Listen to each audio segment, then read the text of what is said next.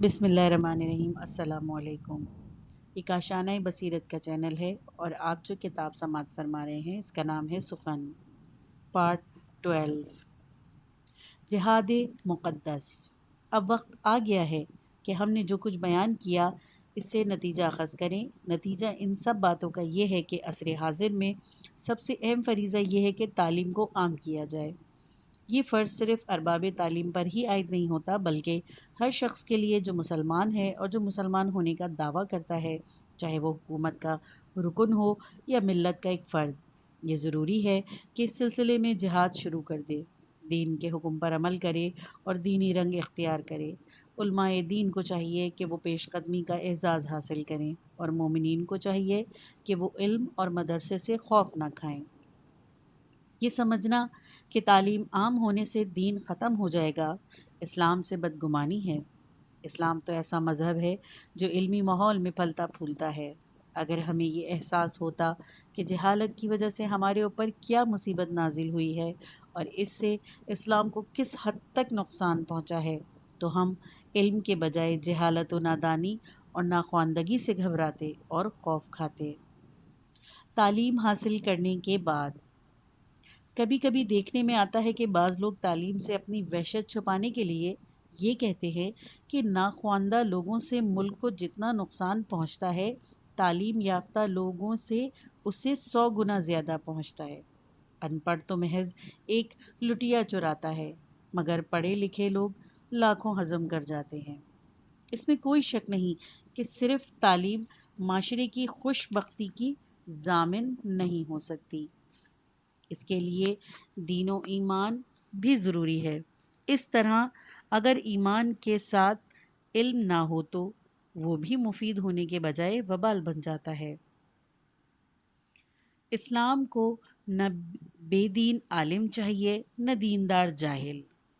یہ بھی کہا جاتا ہے کہ اگر چور چراغ ہاتھ میں لے کر آئے گا تو وہ نفیس اور قیمتی مال چھانٹ کر لے جائے گا۔ اس فقرے کو تعلیم یافتہ بے ایمانوں پر منطبق کرنا اور اس سے یہ نتیجہ نکالنا کہ جہالت کی نسبت علم سے زیادہ خطرہ ہے، ایک طرح کا مغالطہ ہے، کیونکہ جو چور چراغ لے کر آتا ہے وہ رات کو آتا ہے، دن کو نہیں، اور رات کو بھی اس وقت آتا ہے جب گھر والے غافل سو رہے ہوتے ہیں۔ دن کی روشنی میں یا جس گھر کے آدمی جاگ رہے ہوں چور ہاتھ نہیں ڈال سکتا۔ تعلیم یافتہ بے ایمان بھی دوسروں کی جہالت، غفلت اور بے خبری سے فائدہ اٹھاتے ہیں، لہٰذا ان کی چوری میں بھی ناخواندگی کا دخل ہے۔ آپ اپنے ملک کو علم کی روشنی سے منور کیجیے اور ہر گھر میں دن کا اجالا پھیلا دیجیے، سب لوگوں کو بیدار، ہوشیار اور باخبر کر دیجیے۔ اس کے ساتھ ہی ایمان کی بنیاد مضبوط کرنے کی کوشش کیجیے، پھر کوئی چور چوری نہیں کر سکے گا۔ اس قسم کی چوریوں میں بیک وقت کئی چیزوں کا دخل ہے: چور کا علم، اس کی بے ایمانی اور عوام کی جہالت، لہٰذا یہاں جہالت بھی شریک جرم ہے۔ بہرحال اگر ہم یہ چاہتے ہیں کہ ہمارا دین صحیح ہو، غربت ختم ہو، بیماریوں سے نجات ملے، انصاف کا بول بالا ہو، آزادی اور جمہوریت نصیب ہو اور معاشرہ بیدار اور ہوشیار ہو، تو اس کا واحد ذریعہ تعلیم اور صرف تعلیم ہے۔ تعلیم بھی وہ جو عام ہو اور دین کے ذریعے مقدس جہاد کی صورت میں حاصل ہو۔ اگر ہم یہ مقدس جہاد شروع نہیں کریں گے تو دنیا شروع کرے گی اور اس کا فائدہ بھی وہی اٹھائے گی، یعنی جہالت کے بھنور سے ہمیں نجات دلانے کے لیے دوسرے آئیں گے، اور پھر خدا ہی جانتا ہے کہ ہماری اس کوتاہی سے اسلام کو کیسی زک پہنچے گی۔ جہالت کے خلاف جدوجہد۔ انہی دنوں میں نے ایک کتاب پڑھی ہے جس کا نام جہالت کے خلاف جدوجہد۔ یہ کتاب یونیسکو نے شائع کی ہے۔ یونیسکو کے ایک ثقافتی ادارہ ہے جو اقوام متحدہ کی تنظیم سے وابستہ ہے۔ اس کتاب میں ان سرگرمیوں کا تذکرہ ہے جو یہ ادارہ پسماندہ ملکوں میں تعلیم پھیلانے کے لیے کر رہا ہے۔ ایک لحاظ سے تو یہ خوش آئندہ بات ہے کہ آخرکار مسلمانوں میں تعلیم عام کرنے کے اسباب پیدا ہو گئے، اور توقع ہے کہ آہستہ آہستہ مسلمانوں سے ناخواندگی دور کی ہو جائے گی۔ لیکن ایک دوسرے لحاظ سے یہ بہت افسوس کی بات ہے کہ ہم مسلمان اپنے فرائض سے اس قدر غافل ہیں کہ اس فرض کو پورا کرنے کے لیے بھی دوسرے لوگ سمندر پار سے آئیں گے، زحمت اٹھائیں گے اور روپیہ خرچ کریں گے، اور نہ صرف ہماری تعلیم کا انتظام کریں گے بلکہ ہر لحاظ سے ہماری مدد بھی کریں گے، صحت کے ادارے قائم کریں گے، بیماریوں کے خلاف جدوجہد کریں گے، اور شہروں اور آبادیوں کو بہتر بنائیں گے۔ پاکستان اور افغانستان جیسے ممالک کے بعض ایسے دور افتادہ مقامات پر یونیسکو نے سماجی خدمات انجام دی ہیں اور تعلیم و صحت سے متعلق فلاحی کام کیے ہیں، جہاں ہم میں سے کسی کو کوئی نہیں ہم میں سے کوئی نہیں گیا، اور اگر کوئی گیا بھی تھا تو محض وجوہات شرعیہ یعنی زکوٰۃ و خمس وغیرہ وصول کرنے کے لیے۔ اس کتاب میں جو اعداد و شمار دیے گئے ہیں ان کے مطابق چند سال پیشتر تک بعض اسلامی ممالک میں ناخواندگی کی شرح 96% تک تھی۔ یہ شرح تدریجی طور پر کچھ کم ہو گئی ہے، مگر اب بھی بعض جگہ 80% ہے۔ غالباً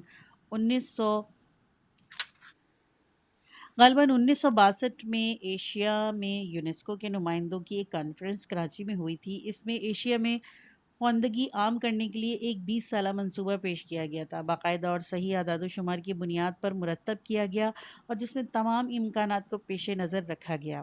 یونیسکو نے عوام میں تعلیم کی رغبت اور اس کا شوق بھی پیدا کیا۔ اس کتاب میں لکھا ہے کہ کبھی کبھی افغانستان میں یہ بھی دیکھنے میں آتا ہے کہ ایسا بڈھا جس کی گھنی داڑھی اس کے سینے پر پھیلی ہوئی ہے، ناخواندگی دور کرنے کی کلاس میں اپنے بیٹوں اور پوتوں کے ساتھ لکھنے پڑھنے کی کوشش کر رہا ہے۔ مجھے نہیں معلوم کہ یہ سب کام کس نیت کس مقصد کے تحت کیے جا رہے ہیں۔ ہو سکتا ہے ان کے پس پشت بھی کچھ سامراجی مقاصد کار فرما ہوں۔ اگر سامراجیت نے ہماری خدمت کے بہانے یہ بھی کوئی کھیل کھیلا ہے تو افسوس ہے ہماری حالت پر۔ جب میں یہ کہتا ہوں کہ مجھے معلوم نہیں کہ ان کی نیت اور غرض کیا ہے تو واقعی مجھے معلوم نہیں۔ میرا یہ مقصد نہیں کہ میں بدگمانی کا اظہار کر کے ان کوتاہیوں کی پردہ پوشی کروں جو خود ہماری اپنی ہی ہیں، کیونکہ یہ ہم لوگوں کی عادت ہے کہ دوسروں کے کاموں میں کیڑے نکال کر ہم اپنے عیب اور کوتاہیاں چھپاتے ہیں۔ اس کتاب میں لکھا تھا کہ افریقہ کے کسی ملک میں ان لاکھوں اشخاص میں سے جو یورپ والوں نے سے تعصب رکھتے تھے، ایک شخص نے کسی یورپین سے کہا تھا کہ چونکہ اب تم یورپ والوں نے محسوس کر لیا ہے کہ تمہاری استعماری قوت کمزور ہو گئی ہے اور تمہاری سیاسی طاقت ختم ہو گئی ہے، اسی لیے تم خدمت خلق اور نیکی کے پردے میں اپنا منہ چھپانا چاہتے ہو۔ ان کاموں میں ان کی نیت کچھ بھی ہو، اس سے تو ہمیں کوئی فرق نہیں پڑتا، لیکن دیکھنا یہ ہے کہ اگر یہ لوگ اپنی کوشش میں کامیاب ہو گئے اور اگلے 20 سال میں ان کی کوشش سے اسلامی ملکوں میں سب لوگ تعلیم یافتہ ہو گئے اور انہوں نے بیماریوں سے نجات پالی، تو آئندہ نسلوں کے خیالات اسلام اور مسلمانیوں کی نسبت کیا ہوں گے؟ کیا آنے والی نسلیں یہ نہیں کہیں گی کہ ہم 1400 برس تک مسلمان اور دین محمدی کی پیرو رہے، لیکن جہالت اور بدبختی میں زندگی گزارتے رہے؟ بالآخر پیروان دین مسیح نے 7 سمندر پار سے آ کر ہماری مدد کے لیے ہاتھ بڑھایا اور ہمیں جہالت سے نجات دلائی۔ اس وقت اسلام کی کیا آبرو رہ جائے گی؟ ہم رسول اکرم صلی اللہ علیہ وآلہ وسلم کو کیا جواب دیں گے اگر انہوں نے پوچھا کہ میں نے تم کو جو حکم دیا تھا اس پر تم نے عمل کیوں نہیں کیا؟ ایک قدرتی، فطری اور نفسیاتی قاعدہ ہے، یعنی انسان احسان کا بندہ ہے۔ رسول خدا صلی اللہ علیہ وآلہ وسلم نے بھی فرمایا، جس نے مردہ زمین کو زندہ کیا وہ اس کی ہے۔ اگرچہ یہ شرعی قانون ہے اور اس کا تعلق محض زمین سے ہے، لیکن یہ قاعدہ فطری امور پر بھی صادق آتا ہے۔ جو گروہ باہر سے آ کر کسی قوم کی احیا کرے اور اس قوم کو جہالت، غربت اور بدبختی سے نجات دلائے گا، وہ ضرور اس کے دل جیت لے گا اور اس کی روح اور عقیدے کا مالک بن جائے گا۔ موجودہ صورتحال کے پیش نظر ہمیں اچھی طرح اس خطرے کا احساس کر لینا چاہیے کہ آئندہ نسلوں پر ہمارا کوئی اختیار نہیں رہے گا۔ ممکن ہے کہ کوئی یہ کہے کہ مسلمان ہرگز عیسائیت اختیار نہیں کر سکتا، خصوصاً اگر تعلیم عام ہو جائے تو کوئی توحید چھوڑ کر تثلیث کی طرف نہیں مائل ہوگا۔ میں عرض کرتا ہوں شاید یہ بات صحیح ہو، لیکن یہ مسلم ہے کہ اگر عیسائیت اختیار نہیں کریں گے تو اسلام سے بھی ان کا کوئی تعلق باقی نہیں رہے گا، اور ممکن ہے کہ اس کا فائدہ کمیونسٹوں کو پہنچے۔ اگر اسلامی ملکوں میں کسی وجہ سے بھی نوجوان دین سے بیگانہ ہو گئے تو کمیونزم کو نفع پہنچنا یقینی ہے۔ لہٰذا اس خطرے کے خلاف جدوجہد ضروری ہے، لیکن اس جدوجہد کا طریقہ کیا ہونا چاہیے؟ کیا حسب معمول منفی طریقے اختیار کرنے چاہیے؟ کیا ہم یہ واویلا مچائیں کہ یونیسکو کو کوئی حق نہیں کہ مسلمانوں کو تعلیم کے انتظام کرے اور اس کے مقصد کے لیے کوششیں کرے اور روپیہ خرچ کرے؟ عالمی خیراتی اداروں کو یہ حق نہیں پہنچتا کہ وہ اسلامی ممالک میں بیماریوں کے خلاف جدوجہد کریں؟ ان سے کیا مطلب ہے؟ وہ خواہ مخواہ دخل اور معقولات کرتے ہیں۔ آپ خود سوچیں کہ کیا اس طرح کی بات صحیح ہوگی؟ کیا یہ بات دنیا کے دل کو لگے گی؟ کیا خود مسلمان ملک ہماری بات تسلیم کر لیں گے؟ یا پھر دوسرا طریقہ یہ ہے کہ ہم کمر ہمت باندھ کر مقدس جہاد شروع کر دیں اور اپنے فرائض کو خود عملاً پورا کریں۔ ظاہر ہے کہ یہ دوسرا طریقہ ہی صحیح ہے۔ اس کتاب میں لکھا تھا کہ انڈونیشیا میں جو ایک اسلامی ملک ہے، بلکہ سب سے بڑا اسلامی ملک، تعلیم نے ایک مقدس جہاد کی شکل اختیار کر لی، جس پر لوگ مذہبی فرض کی طرح عمل کرتے ہیں۔ جو شخص کچھ جانتا ہے، چاہے اس کا تعلق کسی پیشے سے ہو، وہ اپنی ذمہ داری سمجھتا ہے کہ مدرسے میں جا کر تعلیم حاصل کرے، کیونکہ سرکاری معلم تمام مدارس کے لیے کافی نہیں ہیں۔ یہی اسلام کا بھی حکم ہے، جس نے تعلیم حاصل کرنا ہر شخص پر واجب قرار دیا ہے۔ موجودہ دور میں اس حکم پر عمل کی وہی صورت ہے جس پر اس کتاب کے مطابق انڈونیشیا میں عمل درآمد ہو رہا ہے۔ خدمت اور نیکی میں مقابلہ۔ سورہ مائدہ کی 48ویں آیت میں قرآن اور دوسری آسمانی کتابوں کے تذکرے کے بعد احیان گزشتہ کی طرف اشارہ کرتے ہوئے فرمایا گیا۔ ترجمہ: ہم نے تم میں سے ہر قوم کے لیے ایک خاص راستہ طریقہ مقرر کیا۔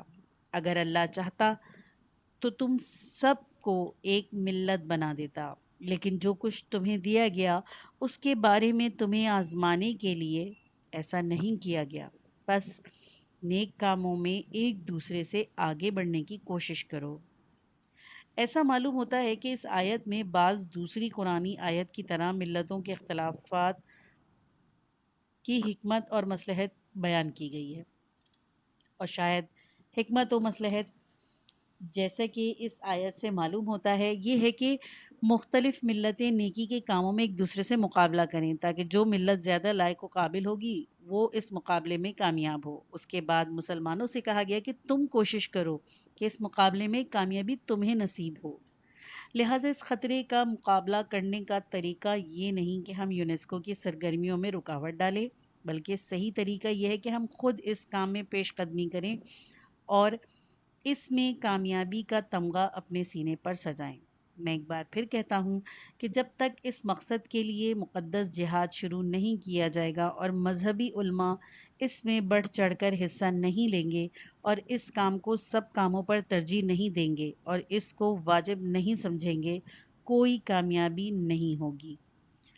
3-4 روز بعد میں نے اتفاقاً وہ منصوبہ ایک دوست کے ہاتھ میں دیکھا جو یونیسکو نے کراچی میں منعقد ہونے والی کانفرنس کی قرارداد کے مطابق ایران کے لیے تیار کر کے ایرانی وزارت تعلیم کو بھیجا ہے، اور وزارت تعلیم نے اس کی تقریباً 100 یا اس سے زائد نقول تیار کر کے ماہرین تعلیم میں اظہار رائے کے لیے تقسیم کی ہیں۔ یہ منصوبہ بڑی جامعیت کے ساتھ ایران کے حالات اور اس کی ضروریات کو پیش نظر رکھ کے تیار کیا گیا ہے، اور اس میں اعداد و شمار کی بنیاد پر انتہائی صحت کے ساتھ ضروریات کا اندازہ لگایا گیا ہے۔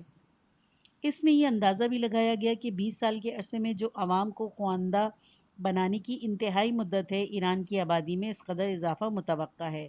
ایران کی آبادی میں طلباء و طالبات کی شرح کیا ہے؟ اگر مقصد یہ ہو کہ اس مدت میں سب ایرانی بچے اسکول جانے لگیں گے تو کتنے اضافی مدرسے درکار ہوں گے؟ اس کام کے لیے اور کیا ضروریات ہیں؟ کتنے اضافی مدرسین کی ضرورت ہوگی؟ ٹیچرز ٹریننگ کے لیے کتنے انسٹیٹیوٹ درکار ہوں گے؟ کتنے غیر تدریسی عملے مثلاً انسپیکٹروں وغیرہ کی ضرورت ہوگی؟ ان سب باتوں کا حساب لگایا گیا۔ اندازہ ہے کہ اس مدت میں تقریباً 1.5 لاکھ اضافی معلموں کے علاوہ ان کے جو اس وقت وزارت تعلیم کے پاس موجود ہیں ضرورت ہوگی۔ یہ حساب لگاتے وقت اس بات کو بھی پیش نظر رکھا گیا کہ اس مدت میں کتنے معلم ملازمت سے سبکدوش یا فوت ہو جائیں گے اور کتنے مستثنیٰ ہو جائیں گے۔ اس منصوبے پر مجموعی خرچ کا اندازہ 20 ارب تومان ہے، جس میں اسکولوں کی تعمیر، معلموں کی تنخواہیں اور دوسری ضروری اخراجات شامل ہیں۔ اخراجات واقعی بہت ہیں، لیکن وہ لوگ بغیر سمجھے بوجھے الٹپ نہیں ہانکتے۔ جب انہوں نے اس کام کو پورا کرنے کا بیڑا اٹھایا ہے تو وہ کر کے رہیں گے۔ لیکن اگر ہم مقدس اور دینی جہاد کے طور پر اس کام کو شروع کر دیں تو ہم اس رقم کے 10ویں حصے سے بھی کم میں اس کو پورا کر سکتے ہیں۔ دین و ایمان روپے کی جگہ لے لیتا ہے۔ یہ سب اقدامات بنیادی اور ابتدائی تعلیم کے لیے ہیں۔ جب مسلمان اس مرحلے کو مکمل کریں گے تو پھر متوسط اور اعلیٰ تعلیم کی نوبت آئے گی، اور پھر کہیں مسلمان اس قابل ہوں گے کہ عالمی سطح کے ماہرین اور مفکرین باہر بھیج سکیں۔ بات طویل ہو گئی۔ اگر میں چاہتا تو اس دوران میں وہ سب کچھ بیان کر دیتا جو اسلام نے علم کے بارے میں کہا، اور آپ کو بتلاتا کہ اسلام نے یہ کہا ہے کہ اور وہ کہا ہے، بالفاظ دیگر اسلام کی تبلیغ اور پروپیگنڈا کرتا۔ لیکن جیسا کہ میں نے آغاز سخن میں عرض کیا تھا کہ اس قسم کے پروپیگنڈے کا قائل نہیں ہوں، اور میرے خیال میں اس کا اثر بھی نہیں ہوگا۔ میں اس کو ترجیح دیتا ہوں کہ بجائے اس قسم کے پروپیگنڈے کے ہم اپنی موجودہ حالات اور اس کی اصلاح کے لیے اپنے فرض کی بات کریں۔ جب ہم سنجیدگی سے واقعی کام شروع کر دیں گے اور اس مقدس جہاد میں شریک ہو کر اس میں پیش رفت کریں گے، اور اس وقت سر اٹھا کر فخر سے کہہ سکیں گے کہ اسلام یہ کہتا ہے کہ طالب العلم فریضۃ علی کل مسلم۔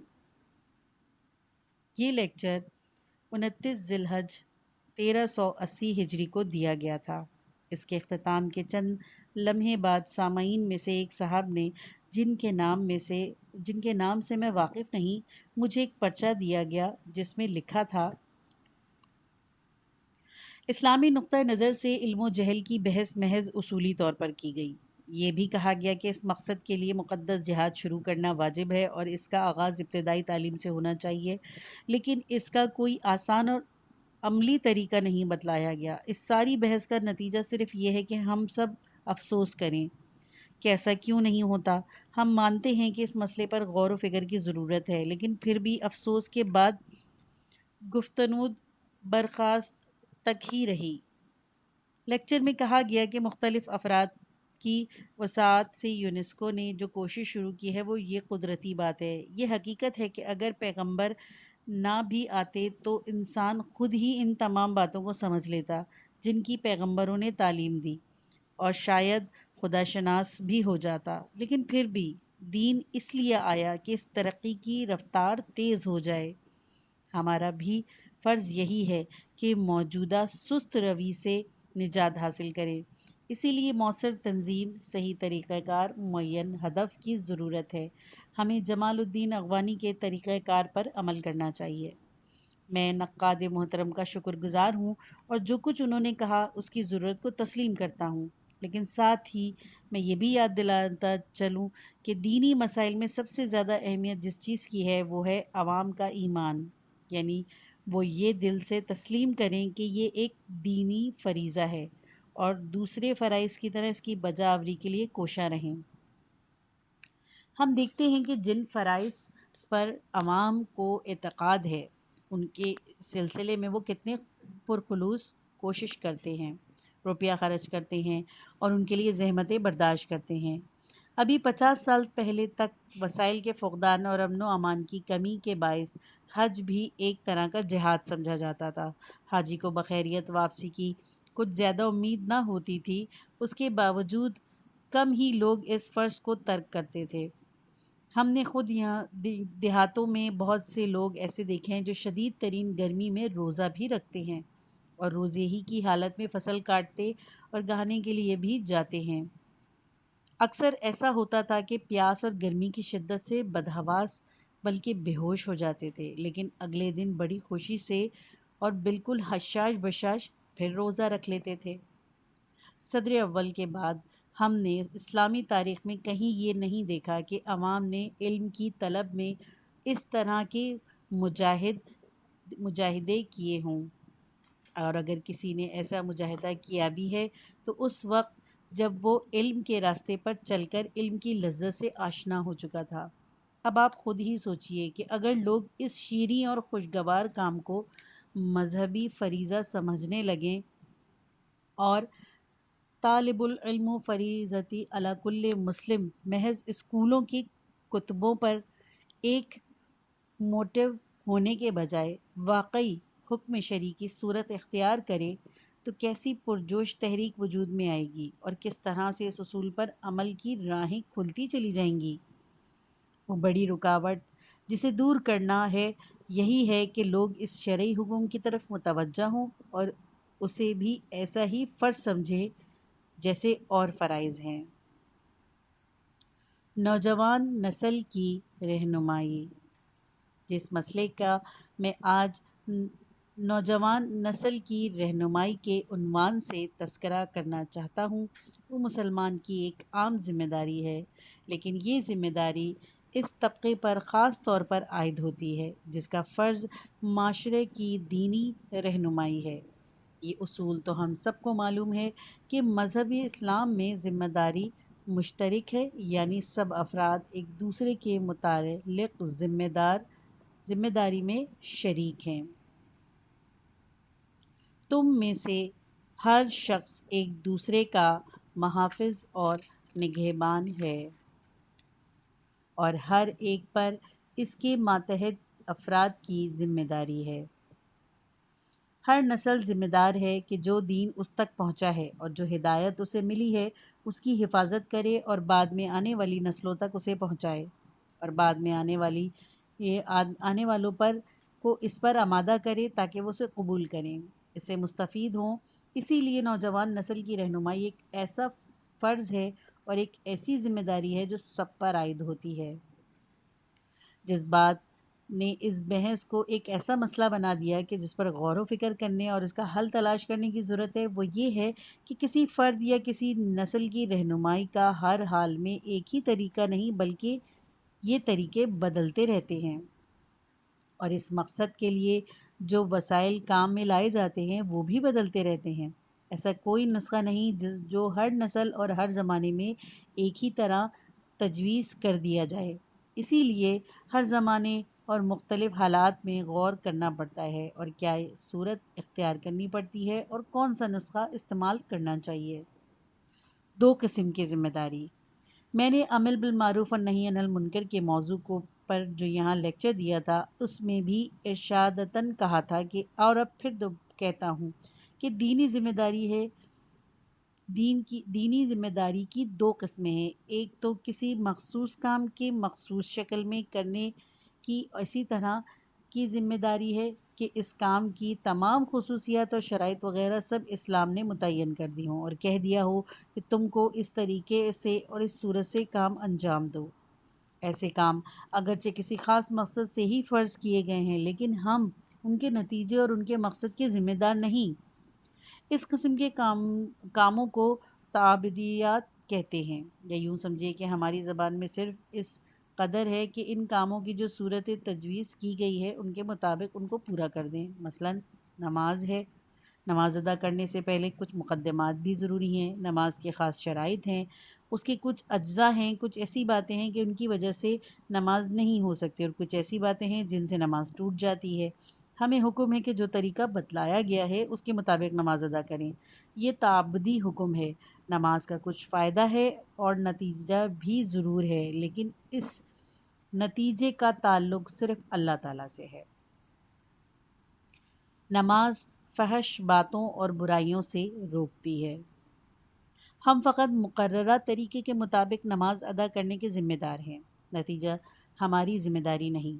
ہاں، یہ ضرور ہے کہ اگر ہم اس عمل کو بالکل صحیح طریقے سے جیسے کہ حکم دیا گیا ہے انجام دیں تو نتیجہ خود بخود مرتب ہوگا۔ ذمہ داری کی ایک قسم اور وہ ہے جس کو ہم نتیجے کی ذمہ داری کہہ سکتے ہیں۔ اس صورت میں انسان کو نتیجہ حاصل کرنے کا ذمہ دار ٹھہرایا گیا ہے۔ اب یہ اس کا کام ہے کہ اس عمل کو بہترین طریقے سے انجام دے۔ بالفاظ دیگر اس کی کوئی شرائط اور کوئی صورت معین نہیں ہے۔ موقع، وقت، لحاظ اس کا طریقہ بدل سکتا ہے۔ ایک مثال عرض کرتا ہوں۔ فرض کیجئے آپ کو ایک مشکل درپیش ہے، مثلاً آپ کا کوئی خاص آدمی جیل میں ہے اور اس سلسلے میں آپ کسی شخص سے کوئی خاص کام لینا چاہتے ہیں، مثلاً آپ اسے کوئی چٹھی دیتے ہیں اور کہتے ہیں کہ یہ چٹھی فلاں شخص کو فلاں وقت پہنچا دو۔ ظاہر ہے کہ یہ چٹھی کسی خاص مقصد کے لیے لکھی گئی ہوگی، لیکن پیغام رساں کی ذمہ داری صرف چٹھی پہنچانا ہے، مقصد سے اسے کوئی مطلب نہیں۔ دوسری صورت یہ ہے کہ آپ اسے براہ راست نتیجہ کے خواہاں ہیں، طریقہ کار سے آپ کو مطلب نہیں، آپ کہتے ہیں کہ میں یہ چاہتا ہوں کہ یہ قیدی چھٹ جائے۔ اس صورت میں آپ کے طریقہ کار کا تعین نہیں کیا جاتا، یہ اس کا کام ہے کہ اس مقصد کو حاصل کرنے کے لیے وہ اقدام کرے جو بہتر ہو۔ عام طور پر اس کام کی ذمہ داری ان معاملات سے متعلق ہوتی ہے جن کا طریقہ کار معین نہیں ہوتا۔ کبھی ایک طریقہ استعمال ہوتا ہے تو کبھی دوسرا۔ زمان و مکان کے لحاظ سے طریقہ بھی بدلتا رہتا ہے۔ ایسے موقعوں پر سوچنا ہوتا ہے کہ کون سا طریقہ مناسب رہے گا۔ اسلام میں دونوں قسم کی ذمہ داریاں موجود ہیں۔ نماز، روزہ اور دوسرے تعبدی امور میں ذمہ داری کی پہلی قسم ہے، جہاد میں دوسری قسم ہے۔ جہاد میں مسلمان اس کے پابند ہیں کہ اسلامی علاقے کا دفاع کریں اور مسلمانوں کی آزادی کا تحفظ کریں، مگر کس طرح؟ تلوار سے، بندوق سے یا کسی اور ہتھیار سے؟ اس کا تعین نہیں کیا گیا اور اس کا تعین بھی نہیں ہو سکتا۔ مسلمان اس کے پابند ہے کہ ہر زمانے میں بہترین وسائل کو بروئے لائیں۔ سورہ انفال آیت نمبر 63۔ ترجمہ: یہ کام مسلمانوں کا ہے کہ وہ دیکھیں کہ کس زمانے میں کون سے ہتھیار استعمال کرنا بہتر ہے۔ ہدایت اور رہبری کا مسئلہ بھی دوسری قسم میں داخل ہوتا ہے۔ مسلمانوں کی ذمہ داری ہے کہ وہ ایک دوسرے کی رہنمائی کریں۔ ہر نسل آئندہ آنے والی نسل کی ہدایت کی ذمہ دار ہے۔ یہ ذمہ داری خاص طور پر ان لوگوں پر عائد ہوتی ہے جن کے ہاتھ میں قیادت ہے۔ بہرحال ہدایت تو ضروری ہے، لیکن اس کا طریقہ کار ہر جگہ اور ہمیشہ کے لیے معین نہیں ہے اور نہ اس کا تعین ہو سکتا ہے۔ اللہ تعالیٰ سورہ تحریم میں آیت نمبر 6 میں ارشاد فرماتا ہے۔ ترجمہ: اپنے آپ کو اور اپنے خاندان کو اس آگ سے بچاؤ جس کا ایندھن آدمی اور پتھر ہیں۔ اس آیت میں صرف نتیجہ یعنی آگ سے بچانے کا ذکر ہے، طریقے اور ذریعے کا تذکرہ نہیں۔ اسلام میں ہدایت اور رہبری کی کوئی ایک بالکل معین شکل بیان نہیں کی گئی اور نہ اس کے طریقہ کار اور اس کی شرائط کی مکمل تفصیل دی گئی ہے۔ بنیادی طور پر ایسی تفصیل دی بھی نہیں جا سکتی کیونکہ حالات کے لحاظ سے اس میں فرق ہوتا رہتا ہے۔ ہدایت و رہبری نماز کی طرح تعبدی نہیں ہوتی کہ اس سے کوئی ایک ہی شکل مقرر ہو۔ یہ کوئی وظیفہ یا منتر بھی نہیں کہ ہر سانپ کے ڈسے یا بچھو کے کاٹے پر پڑھ کر پھونک دیا جائے۔